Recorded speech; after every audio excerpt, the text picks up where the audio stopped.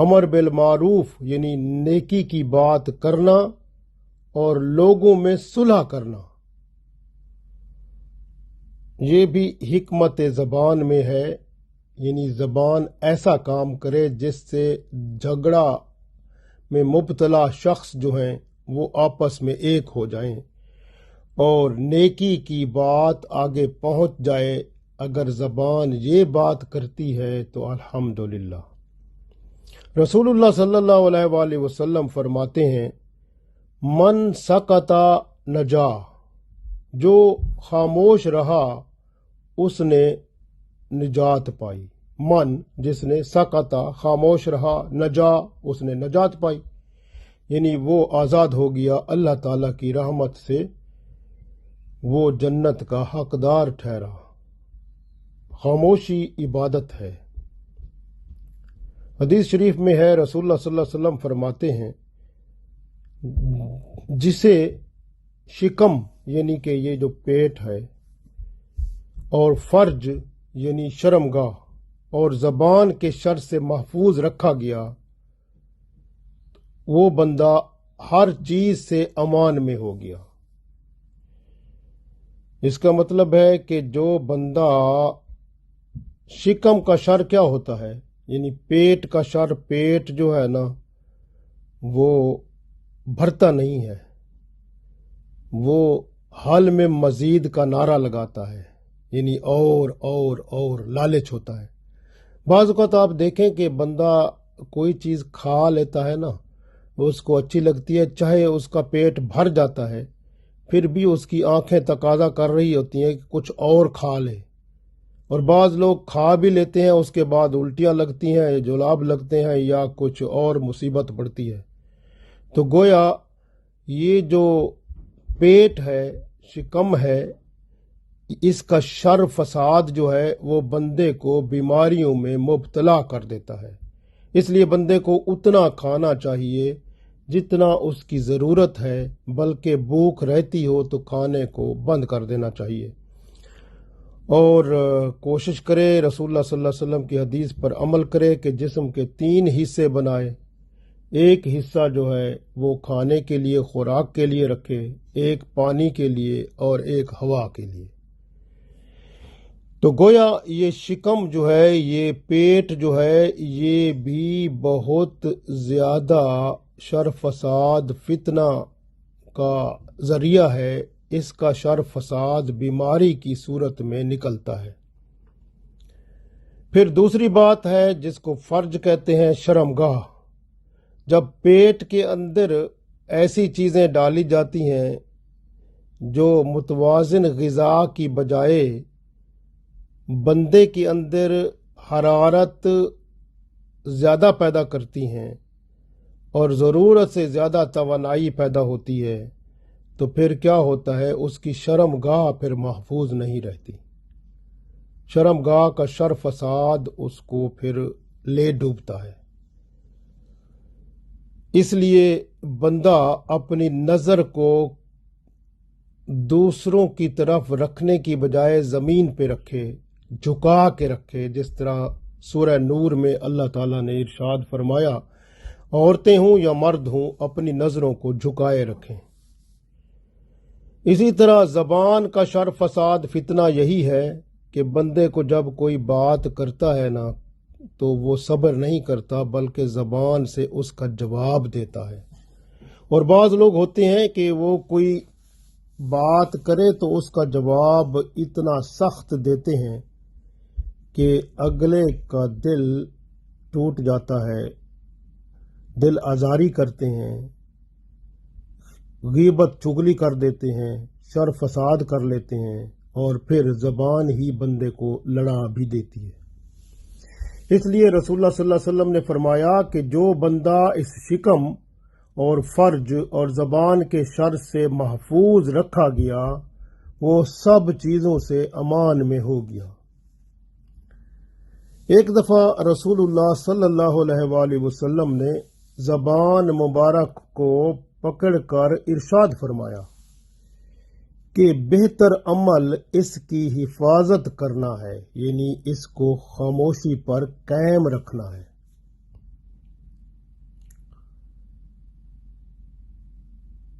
حضرت ابو بکر صدیق رضی اللہ تعالی عنہ سے روایت ہے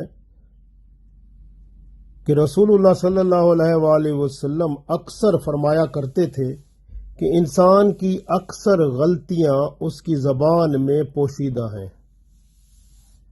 زبان کی خاموشی ایک آسان عادت ہے مگر ایک بڑی عبادت بھی ہے۔ حدیث شریف میں ہے کہ جو کوئی روز آخرت پر اللہ پر ایمان لایا ہے، یعنی جو بندہ آخرت کے دن پر اور اللہ پر ایمان رکھتا ہے، اسے کہہ دو کہ اچھی بات کرے یا پھر وہ خاموش رہے۔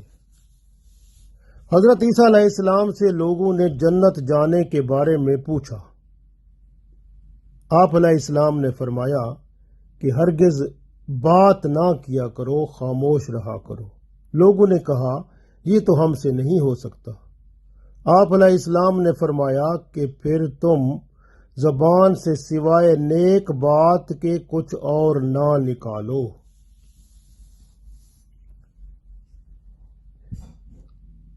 ایک حدیث میں ہے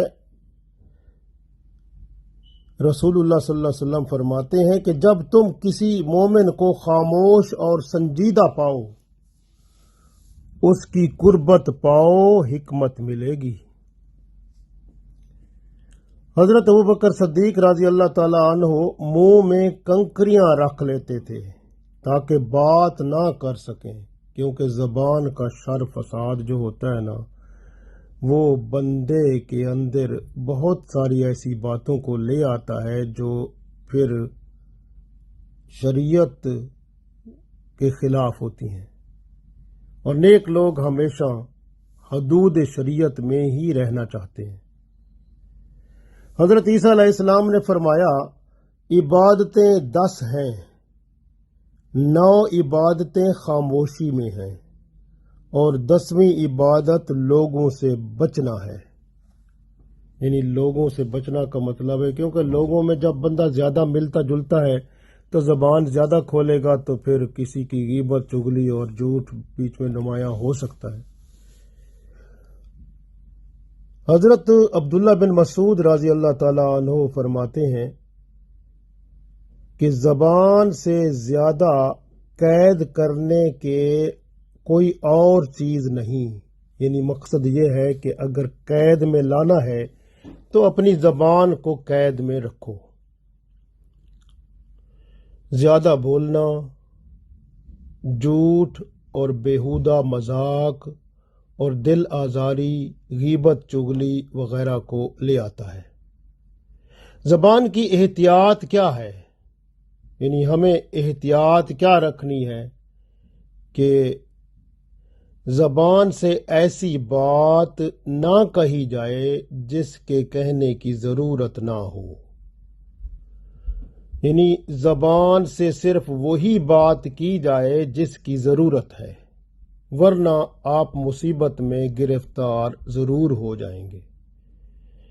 اس لیے کہ جب آپ ضرورت سے زیادہ باتیں کریں گے تو وہ بیکار باتیں ہوں گی، اور بیکار باتیں آپ کے اعمال کو فضول اور بے ضرورت کر دیں گی، کیونکہ وہ عمل جو زبان سے بات کرنے کی صورت میں آپ کا ہوگا، وہ جب بلا ضرورت ہوگا تو وہ نہ نیکی ہوگا اور اللہ تعالی کی ناراضگی کو بھی لا سکتا ہے، کیونکہ زیادہ بولنے والا کبھی نہ کبھی جھوٹ بول جاتا ہے، غیبت کر جاتا ہے، کوئی ایسی بات کر جاتا ہے جس سے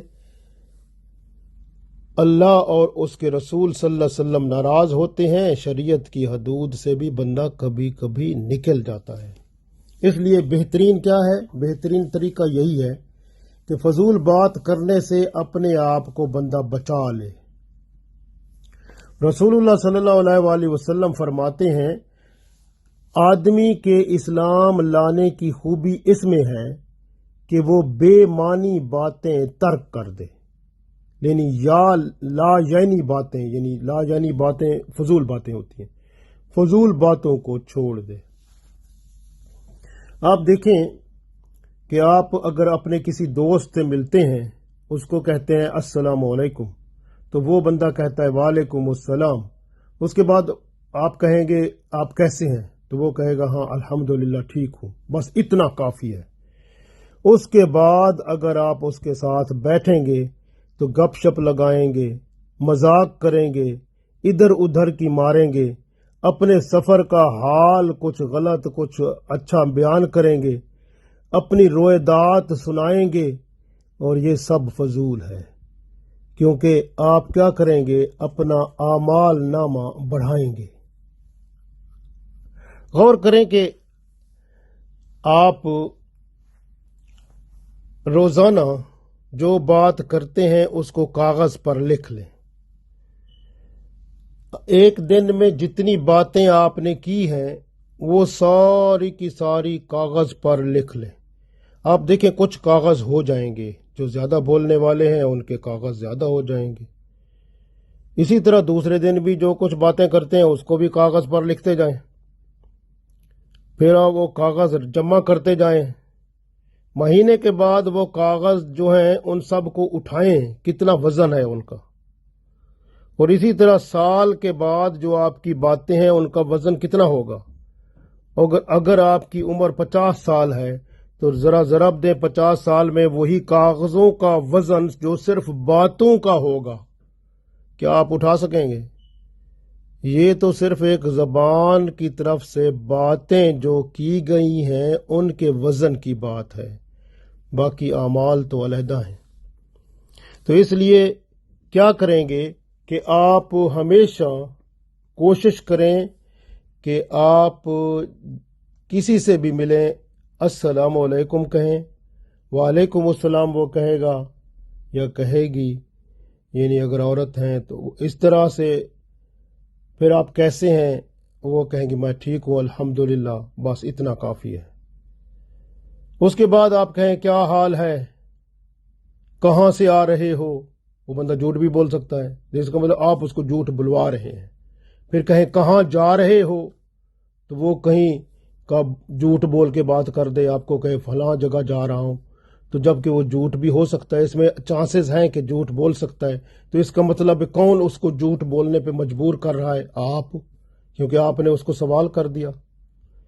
اسی طرح سے آپ کہاں رہے ہو، آج کل نظر ہی نہیں آتے، اب وہ اس کو آپ کچھ نہ کچھ وہ جھوٹ بیچ میں بولنے کی کوشش کر سکتا ہے، یعنی ایسی بات جس میں چانسز ہیں کہ بندہ جھوٹ بول سکتا ہے۔ ممکن ہے وہ اس بات کو چھپانا چاہتا ہو جو پوچھنا چاہتے ہیں آپ، اور آپ اس سے جھوٹ بلوا دیں، اور یہ سب بے جا کلام فضول گوئی ہے اور گناہ کا کام ہے۔ اسی طرح آپ کسی سے بات کریں، اس کو کہیں کہ آج آپ نے کیا روزہ رکھا ہوا ہے، تو وہ کہے کہ نہیں، یا وہ کہے ہے، جبکہ وہ جھوٹ بولنے کا اندازہ ہو سکتا ہے۔ آپ اس کو کہیں کہ جو ہے کسی بات کے بارے میں جو کہ اس بندے میں وہ بات نہیں ہے، لیکن آپ اس کو اس بات کا جواب لینا چاہتے ہیں، تو وہ جھوٹ بول کر کچھ کہہ دیتا ہے، یا کوئی غیبت کرتا ہے، یا کوئی چغلی کرتا ہے، یا کوئی ایسی بات کرتا ہے جس میں گناہ کا وہ کچھ اثر شامل ہے، تو وہ کون کرا رہا ہے؟ آپ کرا رہے ہیں۔ حضرت لقمان رحمت اللہ علیہ 1 سال تک حضرت داؤد علیہ السلام کے پاس آتے جاتے رہے۔ وہ جاننا چاہتے تھے کہ زرہ داؤد علیہ السلام کیوں بناتے رہتے ہیں، آخر اس کی وجہ کیا ہے۔ انہوں نے آپ علیہ السلام سے نہ پوچھا، بس آتے جاتے رہے اور خاموشی سے دیکھتے رہے۔ جب زرہ بن کر تیار ہو گئی تو حضرت داؤد علیہ السلام نے اسے پہنا اور خود ہی فرمایا کہ یہ جنگ کے لیے بہت اچھی پوشاک ہے۔ تب خاموشی کی حکمت مکمل جواب کی شکل میں حضرت لقمان رحمت اللہ علیہ کو مل گئی۔